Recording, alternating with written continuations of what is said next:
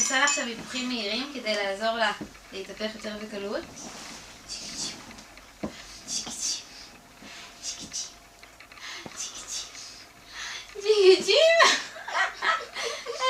הופה!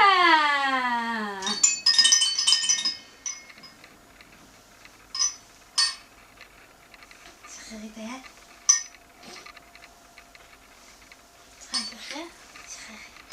בראבו! ושוב פעם אני הולכת לעשות לה את זה. עוד פעם אני הופכת אותה דרך הצד.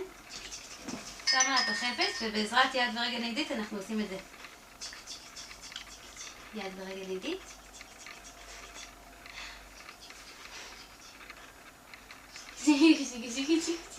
יפה מאוד. בצד שני, אותו דבר, רגל נגדית ויד נגדית.